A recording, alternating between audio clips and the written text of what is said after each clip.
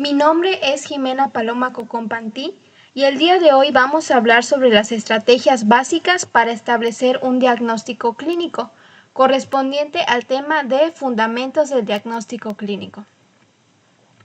Como sabemos, no existe un único camino para diagnosticar a un paciente. Dependiendo del caso y de la experiencia del médico, se pueden utilizar varias estrategias, ya sea de forma individual o combinada. Las 4 principales son reconocimiento del patrón, método del algoritmo, método exhaustivo y, por supuesto, el método hipotético deductivo, las cuales analizaremos a continuación. Como primer punto se encuentra el reconocimiento del patrón. Esta estrategia se utiliza cuando el médico puede identificar la enfermedad rápidamente, solo con observar al paciente. También se le llama método de la Gestalt o de la forma. Por ejemplo, podemos reconocer un hipertiroidismo o una acromegalia observando las fases del paciente. O bien, una artritis reumatoide por la forma de las manos, como es posible observar en la imagen. Incluso puede ser auditivo, como notar la voz de un paciente con hipotiroidismo, o palpatorio al detectar características de una adenopatía tumoral. Este método es reflejo, pues se hace de manera rápida y automática, sin que el médico siempre pueda explicar cómo lo hace. Se aprende principalmente en la práctica clínica y no en las aulas.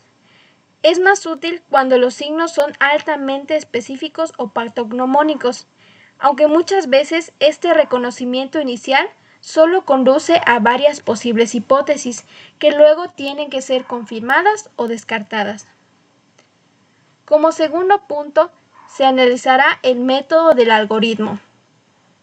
El método del algoritmo consiste en seguir una secuencia preestablecida de preguntas o pasos, donde la respuesta a cada pregunta lleva a la siguiente y así hasta llegar al diagnóstico correcto. Se aplica a síntomas como el dolor torácico o signos como la hipercalcemia. La idea es cubrir todas las posibilidades, reproduciendo la lógica de un médico experto. Sin embargo, este método también tiene limitaciones, pues si el paciente no encaja en el algoritmo o se interpreta mal algún hallazgo, podremos llegar a un diagnóstico incorrecto. Su mayor utilidad es como guía para casos infrecuentes, por ejemplo, para la poliglobulia o identificar pacientes que requieren acciones especiales, como internación o derivación al especialista. En tercer lugar se encuentra el método exhaustivo. Este método consiste en recoger todos los datos posibles antes de generar una hipótesis. Es la manera clásica y más frecuente en la que los estudiantes aprenden a hacer o elaborar un diagnóstico. Esto es mediante la historia clínica completa y el examen físico que ya se conocen. Los novatos usan este método, ya que se basa en descubrir datos sin una hipótesis inicial. Por ejemplo, pueden solicitar una amplia batería de estudios solo para ver qué aparece. Es un método muy lento, costoso y que además consume muchos recursos y puede tener poco beneficio para el paciente. Pero es fundamental para aprender todas las subrutinas clínicas que luego, con la experiencia, se usarán de forma selectiva.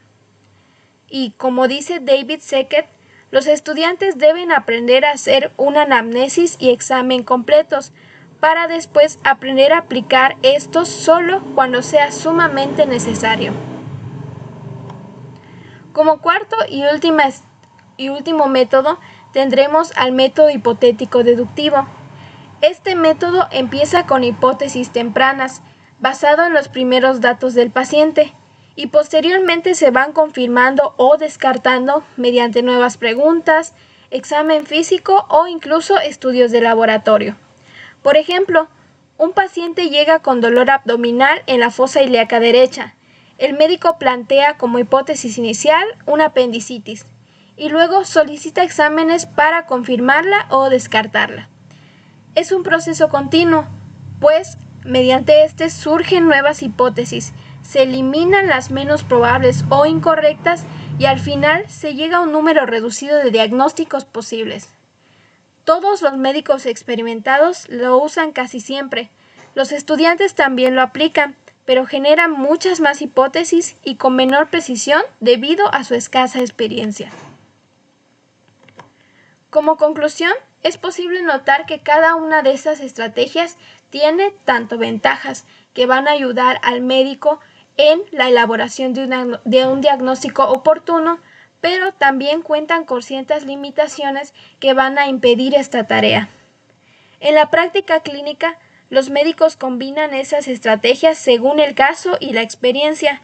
Utilizan patrones para rapidez, algoritmos para una guía estructurada, método exhaustivo para aprendizaje inicial e hipotético deductivo como base principal del diagnóstico. El conocimiento y la experiencia del médico van a permitir decidir cuándo y cómo usar cada estrategia, optimizando el proceso diagnóstico y garantizando la atención correcta del paciente. Eso sería todo de mi parte y gracias por la atención prestada.